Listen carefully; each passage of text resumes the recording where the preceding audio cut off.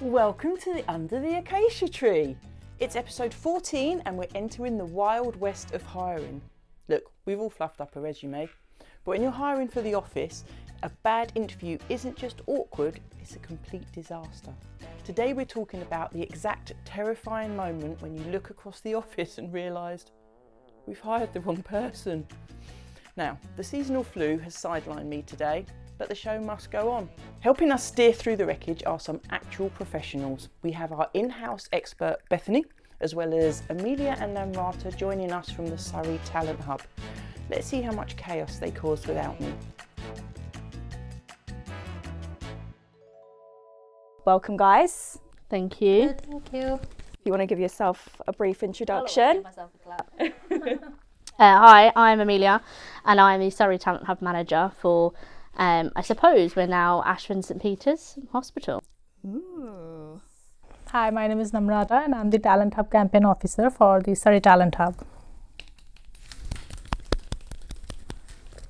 We should do this now, shouldn't we? This is clock it. Do you think that 50% of the CVs we read are creative fiction? If someone says they're highly organised, does it usually just mean they own a calendar, or are they telling the truth? See, before the world of AI, I would have said no. But now with AI, I feel like 50%, I think more than 50% of the CVs that we read are AI generated, which is a really hard topic because although it is helping people who do have some form of disability, whether that be dyslexia or anything like that, I think that's the positive side, but I don't think they realise the negative side of it. It's like currently, I think at the moment it's 25 CVs per one successful application. So that's 25 CVs of complete jumble, and then you're getting one good person from that. And if you think of like an organisation like yourself where you're constantly recruiting, let's say you interview 3 people in one day, that's technically you've got to get through 75 CVs just for 3 people.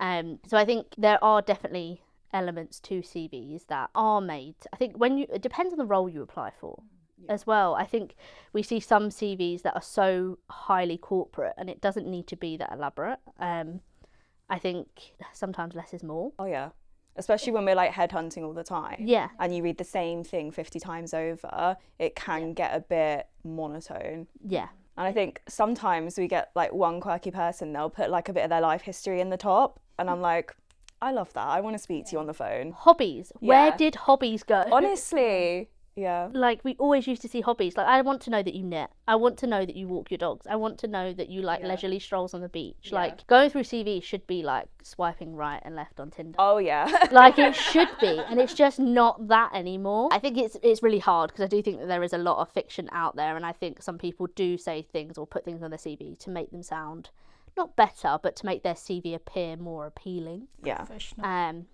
Professional. Yeah.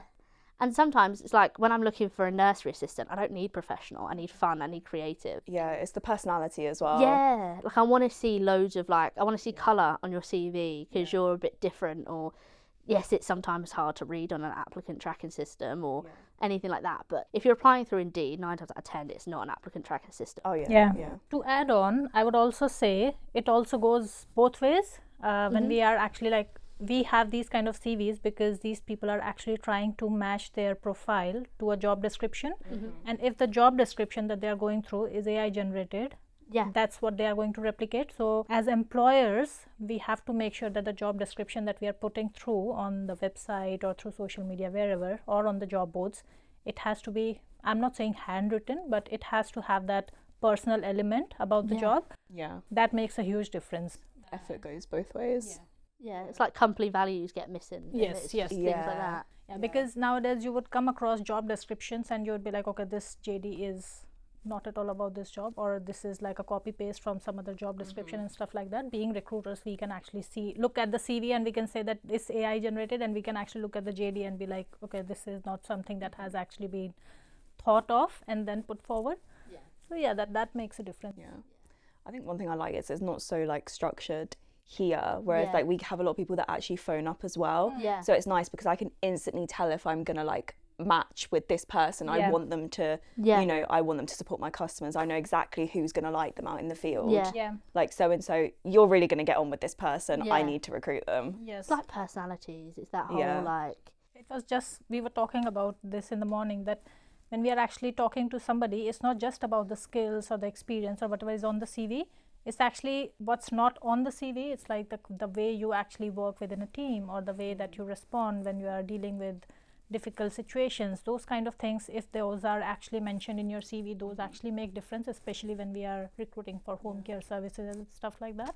But then I find that so, like, for me, when I was at school, what's really annoying is all of your teachers will say to you, read the job description and pick out all the words, and then Yes. you build your CV around that. Yeah. So then that doesn't really help the situation No. either. Not at all. There is that element of like looking for those like keywords within there and seeing how many of those naturally fit into your CV. Yeah. It's like, how can you make it about your Then life? you just see people going, "Hi, my name's Amelia, and I am highly skilled at," and it's like, this is not where it needs to be, and they just start throwing in really elaborate words, Yeah. like they've got word of the day toilet paper. Oh my God. So do you think like there could be change, or is there something that we can change to push less towards that and more towards what it used to be? Yeah, skills workshops. I think if you were taught in school how to write your CV and not a uni application or a college application, because I never went to uni, I never went to college. I wasn't very good at school, so I think, but I was always taught how to write a uni application, and it was a lot of tick boxes. Whereas applying on the job market, it's not like that. The amount of people that I see that come out of school or sixth form that don't have a CV when because they're like, oh, because I've never worked. I'm like, that doesn't matter. Like, when you were at sixth form, when you worked in computers, did you support people? Did you play a sport where you worked as a team? Did you do all these things that, quite frankly, is things that we look for within the care sector, this personable person. And they're not taught that. So I think being taught it at a really young age, and I say really young, I'm not saying primary, but yeah, it's like when they get into secondary, yes, they need to start thinking about uni, and I think uni is a great opportunity for a lot of people if that's what they aspire to do. But I think the other spectrum of it is you get a lot of kids nowadays who are like, I don't want to do that, I want to do apprenticeships. Guess what? You still need to apply. You still need to have a CV, and you still need to do an interview. Yeah. And they're not taught that. They're just taught how to do a university interview, and they're not taught the other side of it. So I do think, yes, there should be an element of it in schools, and we do a lot of that. We do a lot of mock interviews in secondary schools and things like that. But sometimes it's like once in a blue moon isn't enough. I do think it should be incorporated. I only had one mock interview in high school. That was it. Yeah, but do you remember the days of like home ec? You were taught like you were taught washing, knitting, sewing. Yeah, this is what we did, and then it got developed into food tech, like food technology. Yeah, I did food tech. Right, but even at food tech, you were taught how to sterilise, how to wash, how to do all these little things. I don't get why there's not a lesson that's similar to home ec as to like career development. Yeah, because I think that's so much more important than than uni applications in a way. I think they're going to be at uni for 5 years. They've got hopefully 60, 70 years. Well, if the retirement age keeps going up, of like being in work. And it's also learning how to dress at work, how to act, how to send emails professionally, because I don't know if you were at school, when you had school emails, it was like, wagwan, how are you? Like, I was never taught how to send a professional email until I got into like an actual workplace. I left school and just started working straight away, and it was such a culture shock. Oh yeah, I bet. Like it was like madness. I couldn't just go when I wanted. I couldn't just like do anything that I wanted. I couldn't talk back. Yeah. You know, and we're not taught that. And like, you know, yeah, we got detention and isolation, but having the feeling of being reprimanded is so different in work. And I think that's why a lot of people don't settle in jobs, because they're not taught the people skills in work. That's why we have a lot of young people that are part of job seekers, because they're not taught these things, which in turn helps their confidence. And there's this form of anxiety around these interviews, and there's so many things that could happen. But Follow-up question to the point you've just made. You talked about retention, basically, right? Kind of like being in a role for more than a year or two. There's a lot of these studies are coming out that are saying loyalty to a specific company doesn't mean anything. The best thing for your career, you should ideally be switching roles every 2 to 3 years to maximize your earning, to maximize the benefits that you get. Yeah, there are two. So you've got two forms of CVs. Now I'm in the age of recruitment talent acquisition. We had a Rolodex. I don't know if you know what that is, but it's basically a spindle of business cards of companies that you used to call, and even then you used to have a book of CVs, well, candidate profiles, and you used to flip through. There was no Excel. There was none of that, and back then it was very much, okay, this person's been in this organisation for 2 years. Let's call them, see if they want to move. And we would frame it in the way of career development. Now, you've got this element, I myself included. I have what you would call a portfolio CV. So I tend to switch roles quite often. One, because I think ADHD gets the better of me. And two, I think it's very much like I can see myself stop. The challenge is gone. Yeah. I need to move on. Now, had the organisations that I was working for at the time maybe turned around and gone, okay, let's add this to your pile of things to do. Let's train you in this, I probably wouldn't have gone.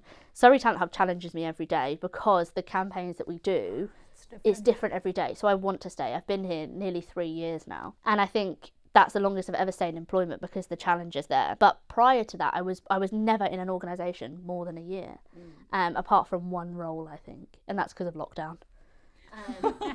So I think there is a element of, yes, switching roles can be really helpful. However, if you're switching roles just because you've been told or you've seen a study that it's good to do that, think about what the company currently offers you, and the grass isn't always greener. Yeah. Like you could go to another company and not be given the leeway that you're given.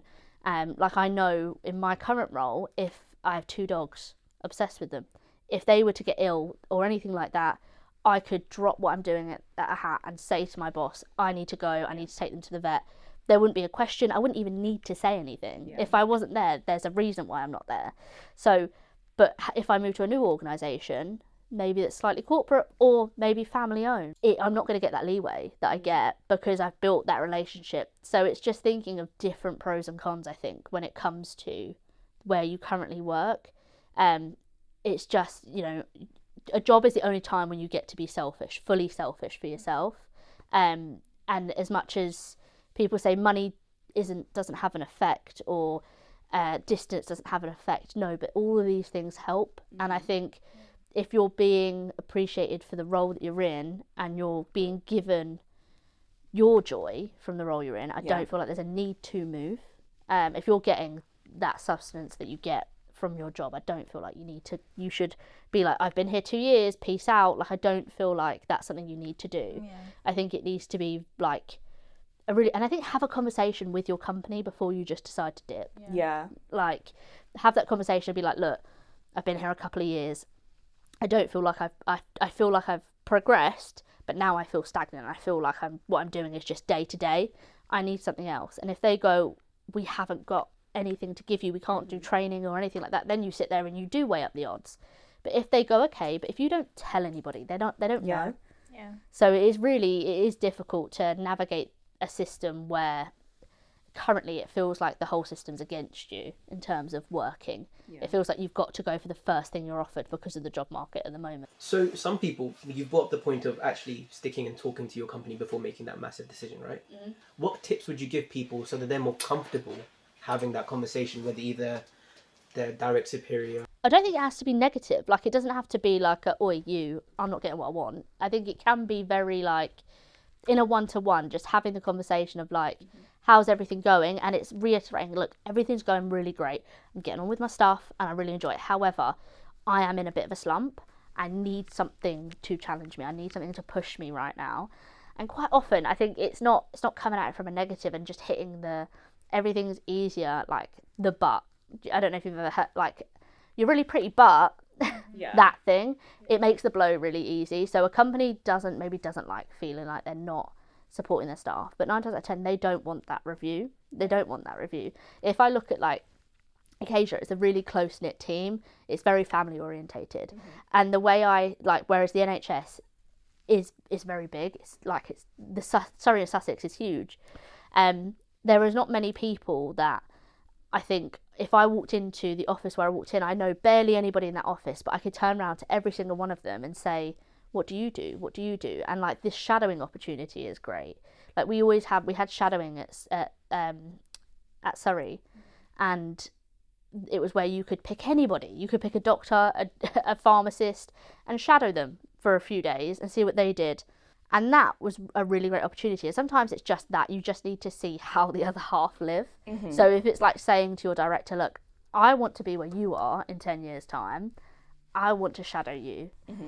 That blow, they're like, oh, well, you want to be me? Yeah. Great. And they're normally really forgiving, and that lights up that conversation. Then when they can see what you can do, they will start naturally gravitating more work your way. But it is being really like front with it, and it is being selfish. If Namrata was to come to me and say like, look, I feel really like stagnant and I don't do like these things, I want to do more, I would be absolutely, well, what do you want? What do you want to learn? What do you want to achieve? Because then I can dictate, but if you just come in and say, I want to do more, I'm like, great, what? And if you wanted to do more, I don't know, let's say stakeholder engagement, you said, look, I want to be more involved with the people that we work with. Absolutely, let's go for it, because I know what you want. And I think it's just being clear in what you want. If you've got to write it down, write it down. But I will say there is a caveat to this, in the sense that if you are given things to do, recognise that they are things that you want to do and things that your manager does not. Because if they are giving you things that your manager just doesn't want to do, that is not you learning. That is you taking the buck. So I think there is two elements to it. Recognise, what are you learning? You're not learning from sending that email. Or I'm giving you more things to do, can you reply to this person? That's not learning. You learning is going, right, I want you to set up this call and this conversation, and then I'll be with you, but I want you to man that. That's learning. You sending the email is not. And I think that's the caveat to it, is being really clear in your expectations, and then they can reiterate that as well. And then you've got that, it's almost like that progression pathway. Yeah. And I think there's also like a responsibility for the organisations to have that opportunity for career conversations, one-to-ones, all of that. Because if you're working somewhere, you should feel comfortable with advocating for yourself when you want more challenges or when you want progression. And it doesn't have to be straight away, but as long as you've put it out there, then they know and they can bring that to you when an opportunity arises. Which should be something you learn in school. A smart organisation is doing exactly what you're saying. It costs a lot more to go and recruit someone and replace someone than it does to internally promote someone. On average, about £6,225 to recruit someone for any organisation. That's without the first week of if they fit in. That's just onboarding. That's just time spent from writing job description all the way through to posting to interviewing, onboarding, and that does not take into consideration the first month's salary, or possibly month and a half if they start midway. Yeah, exactly. So why do applicants book an interview, confirm it 3 times, and then disappear into the witness protection program 5 minutes before it starts? The average person, I think, currently they have to apply for, I think it's something silly like 45 jobs to get accepted for one. Like, it is crazy. For me, this is really hard. Like, you've called them 3 times, then I don't understand why they're leaving, because the first call is your instant relationship building, right? And then the second call is the same thing. But I think what a lot of people forget is like their own personality when it comes to recruitment. I do talent acquisition because I love speaking to people. I don't know if that comes across, but on my CV, professional yapper. I think when you do go into a role that is highly driven towards talking to people, you need to be able to talk to people. So when I call someone, it isn't instantly, let's get through these screening questions. It's, right, I'm going to see how their day was. They've applied for this role. I can have their CV and I know exactly what they've done, but tell me a little bit about yourself. Let's go through that. Let's ask questions about that. And then delve into it more. And then they start releasing things like, oh, well, my son did this and my daughter did that. And then my next phone call is, oh, you said your son was doing this or your daughter was doing that, or you had this to go to, so you couldn't do an interview that day. How was that? It's this whole, it can't be so conveyor belt for employers as much as it is for candidates. I think we do get a lot of people don't turn up to interviews. And I think sometimes it's location. Like, they are more than happy to drive wherever their base is. So say obviously Acacia, they're more than happy to drive within Staines and things like that, but coming all the way here, I think will stop them. So I think sometimes for companies it should be let's meet halfway. When I worked for a recruitment company, I used to go all the way to Dis to do interviews for jobs in Dis. I used to go to them and I used to meet them in a Costa, and that's how I used to do my interviews, because I found it a lot of the time when I would either have to get people to go to the home, because it wasn't able to get to, it just wasn't a good area. The parking wasn't very good, but you would get a space once you worked there. So it was really hard for them to do that. So it was a lot easier to meet them in a Costa, and they didn't always have to drive for these sorts of things. So I think, there is an element of people just apply for anything and then wait until something better comes along. I genuinely do. If that is the case, then I think a lot of companies are sometimes looking in the wrong place. People at job centres, they might not have the exact skills you need, but this is where companies should react with other companies. Like if we're ever at a jobs fair, someone comes up to me, they're like, I want to work in care. I'm like, do you drive? And they're like, yeah. I'm like, where do you live? And they're like, Woking. And I'm like, right, well, Acacia's over there. Yeah. I don't ever sit there and go, right, come here, give me your name. Like I'm not, and then I'm going to give them to another company. I go, okay, Acacia's there, let's send them there. And not enough companies do that. Yeah. There was people from an event at Asda who lived in Staines, but they weren't looking for work in a certain area where Asda were looking. We kept on to them, and they interviewed with Asda. We kept on to them, and now they're going to come to Acacia. It wasn't a case of, okay, they're gone. It was like, okay, what else is going to fit them? Yeah. And I think that's, for us, is what we do. And we even have people recommended from Surrey Choices. They join our platform because Surrey Choices has told them about us, and we will send people. I mean, that's what we do, but we send people to Surrey Choices. If someone comes from Surrey Choices, I go, they'd be really good for there, and they'd be really good for here. And not enough organisations do that now. Yeah. Whereas before, I would have, I worked at Nurse Plus, I would have someone from Swan Staff call me and say, look, I've sent a couple of candidates down your way. They're really great. We just don't have any work for them. Great, cool. If we then had someone and we were like, we don't got work in that area, Swan Staff is here, I would call them and go, you've got work here. It's not collaborative enough anymore. And I say it as a community, and I don't mean location community, I mean the type of organisation that you are community. I don't think there's enough of that when it comes to sending candidates to different places. Yeah, I get that. Because the whole idea why Talent Hub was actually created, because within the county, we had there was an example where they were hiring for a nurse, and then there were over 75 applicants, and there was just one to be hired. One was hired, but then what happened to the rest 74? Nobody knows. So that's why the Talent Hub came in place, and that's how I think the whole idea of creating, having people on the day of the interview is to create the right pipeline. That's extremely important, because things change. On the day of the interview, there might be actual things happening in people's lives, and then the weather might not be nice.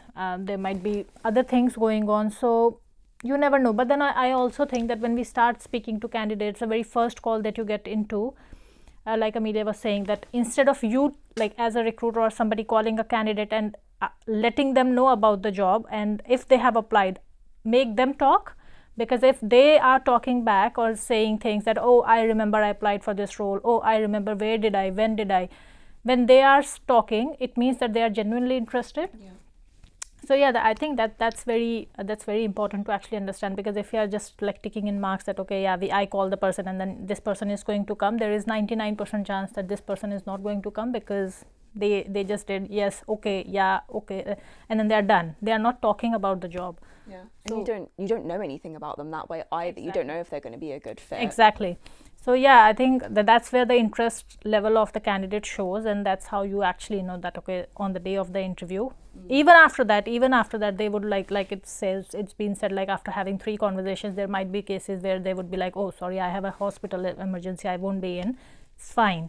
But then the cases would be lesser in comparison to what we have on a regular basis. Yeah, exactly. And I mean, we keep, because working, in healthcare, with Acacia domiciliary care, you never know what's going to happen. We could suddenly tomorrow have 10 people discharged from the hospital. So all of those carers that I initially didn't have any work for, but I'm going to keep your CV because something might change. Now I have work for you, like, let's do this. And that's why we keep them. Yeah. Or, you know, if it's not a great fit for them at the time, try this care home or this agency. Like, we'll give them other contacts to try as well. You know, if you want to still build on your experience, or if you're just outside of our area, try this care home, because that will help you get your foot in the door as well. All of that helps to build those relationships. So in the future, maybe they are living in Staines and they're driving and they've now got 5 years of experience and they want to come work for Acacia. Brilliant. Yeah, there's been times, I mean, we spoke to someone last week who they went in, they walked into domiciliary care, much like yourselves, and said, I want a job. And they were like, okay, cool. And he was like, well, I've got to go back. He's from South Africa. I've got to go back to South Africa and sort all my house bits out and stuff like that. And the woman was like, yeah, okay, cool. We'll sort it when you get back. Thinking he's never coming back. It was about 3 years later. And she really liked him when he first came in, and really wanted to get him working. 3 years later, he came back. He said, oh, I'm settled here now. I've got everything and I'm ready to work. She was shocked. And it was like, it's because the first experience you had was a great experience, so they want to come back. First impressions do always make a difference. Oh, they matter. Yeah. Massively. Yeah. And that's why also I love it when we do like events. We're doing events together, you know, going to the job centre to network with people. You get to see them face to face. You have that interaction like this. You can laugh, have a joke, all that sort of stuff. It's even more of an impact when you do it in person, when it's that first contact as well. Yeah, definitely. Can you actually tell if someone is cut out for the role within the first 60 seconds of meeting them, or does the interview face fool you? I feel like it's, I'm taking all these. But I will probably go with the lesser and say no. I can't, and I don't think anybody can. I think if you were, let's set an example, if you were to walk into a job centre, there was a gentleman at a job centre, he stood in the middle of the room, very shy, very quiet, didn't go up to a single table. Not one person was there. I spoke to the job centre and said, I think he's quite anxious. Is he okay? They were like, yeah, I'll go and talk to him. Went and talked to him. Our eyes locked, and I was like, come over here. Came over, started talking to him, and he had tons of care experience. Tons of care experience. Had I not spoken to him and I looked at him and I'd not had the first part of the conversation was like, I don't know why I'm here, like I hate this, and it was very like negative, but I just kept prodding. And I was there and was just like, why is this happening? And I just kept prodding him, and then all of this care experience came out. He'd worked at White Lodge, he'd done all of this experience, and now he really wants to get into teaching. And no one would have known that had I kept prodding, but the first 60 seconds was so negative. So I would not have known. I could have gone, oh, okay, you don't know why you're here. You're just here because they told you to be here. Cool, you can go and stand back in the middle of the room. But because I prodded and poked, I got more out of him. And I think if you are judging someone in the first 60 seconds of meeting them, that's probably where your lack of the lack of people coming through can be. So that's more on you than on them. More of analyzing than judging, because if you're like you said, like if you're actually looking at somebody and then you actually have a thought process behind that, okay, why, like if this person has come all the way to this place, there must be some reason that this person is here. Why not take a chance? And then instead of like, oh, like this person is just not interested, he's just here just for the name's sake. So it's about the perception that you have as a recruiter or as a hiring manager, that how you perceive the candidate.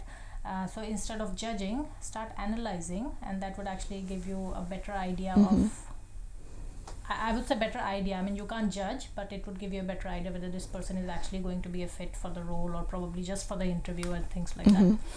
And even I would say, like, after the interview, like at Acacia, we'll hold the interview and then we'll actually send them on a shadow shift into the field with one of our experienced carers. And oftentimes that's actually the make or break moment, because they can sit in an interview with me and tell me about all their experience, all of their life history, why they enjoy care, why they're so passionate about it. And then when they go and do their shadow shift, they might think, oh my God, this is actually not for me at all. Yeah. Definitely. And I think there's that that side of when they are like out in the field, they just freeze. And I think sometimes if you want to, I think, get to know someone, there's this element of just take their CV and just sort of sweep it under the rug because I've had that first impression of them. But when I sit and I think back to all the job centres that we do go to, the amount of amazing people that have come from those job centres and that have gone into full-time employment, and we actively go once a month, we go Staines and Guildford job centre to speak to people, to support them. Half the time, I think when we have that conversation with that job centre, it's not because they lack understanding of the role or compassion, it's because there is so many barriers into getting into employment that it scares people. And the barrier being that application. I don't know if you've ever used Track or NHS Jobs. These applications can be really like so difficult, so much more difficult. I don't think. Yeah, a cleaner does not need to fill out the same application form as a doctor. Honestly, it doesn't need to happen. And I think there is that element, which is why we do expressions of interest, why we have the talent hub, so we can get people in the right direction. We hold application days where everybody comes in, we help them with an application, not an interview, but we do their application with them, so at least they've applied for something. But also with does the interview face fool you? That could fool you in a year's time. Oh yeah. You don't know. You'll never know what an employee is going to do. It is hard. You could walk into an organisation and go, you could not click with someone and be like, me and them don't gel, but I can't physically do what I'm doing. I can't get on with my day-to-day work, and that's not the case. It's actually you just don't click personally, but someone out there would be really quick to let them go. So yeah, it is hard. I wouldn't say that like an interview face is a bad thing though. No. Like if you were to do my interview when I joined 2 years ago, you would think that's not the same person. No, yeah. But that's because I've gotten more comfortable and more confident. In my interview, I was like almost quiet as a mouse. When I first joined, I was like, so it's not all. Yeah, exactly. So it's not always a bad thing to have an interview face. Yeah, I completely agree. I do agree. Well, that's the end of part 1. Tune in for part 2 to hear about the most bizarre recruitment stories. You have been listening to Under the Acacia Tree.